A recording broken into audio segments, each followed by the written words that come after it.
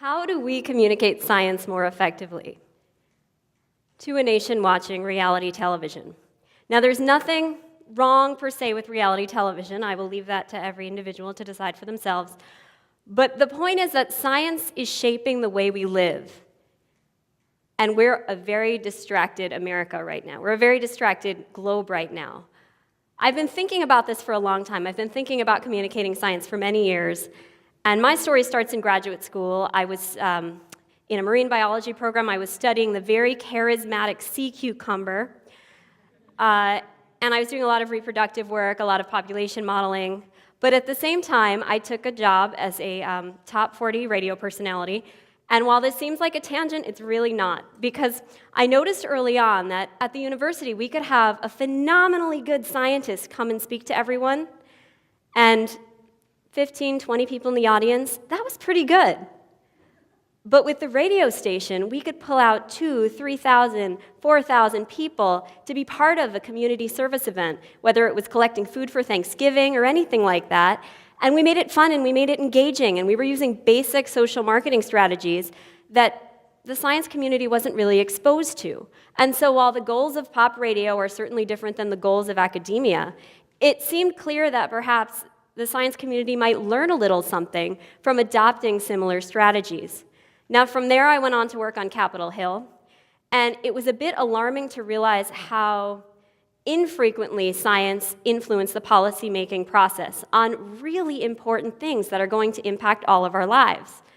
I could be meeting with 5 science groups a day on a particular piece of legislation that was coming up, and they didn't really have a take-home message. They weren't clear. They would talk to me in statistics and p-values. Some people even printed out PowerPoint slides and presented those to me. Never do that if you're ever trying to communicate.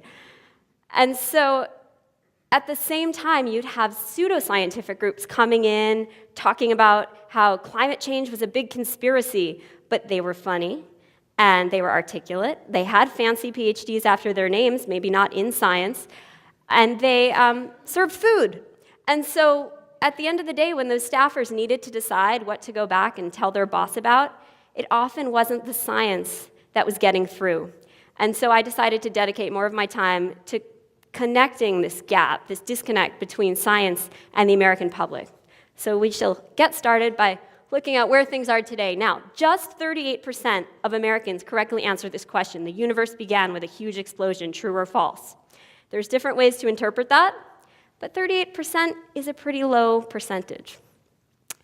About half don't believe in evolution and think the Earth is less than 10,000 years old. And just 18% of Americans say that they know a scientist personally. I'm going to come back to that in a little while. But about half of Americans can't even name a scientist. And when they can, you guys, what do you think the top 3 answers might be? Just yell them out.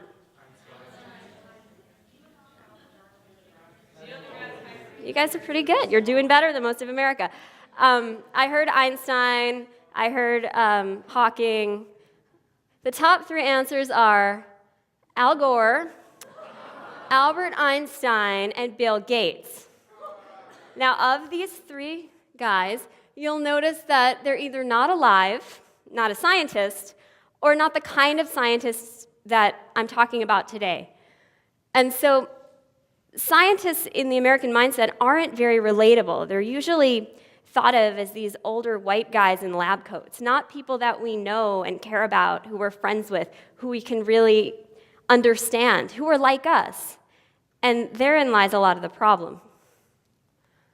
Now, this wasn't always the case. In the late 1950s and early 1960s, there was a great cultural appreciation of science, scientists, and science journalists. This was in the context of the space race.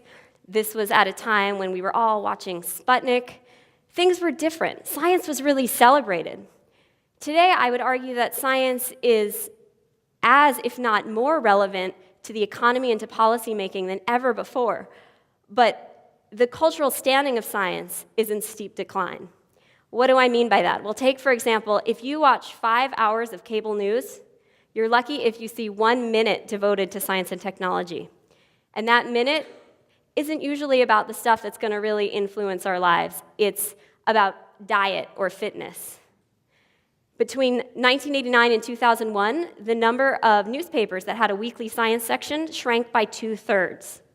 So science is losing its cultural standing, and it's unclear what we can do about it. But with regard to the newspapers, the people who are trained to tell these stories, the people who have spent their entire careers preparing us to learn about pandemics and to learn about climate, because they are the translators, they're losing their jobs, and we're getting something else instead.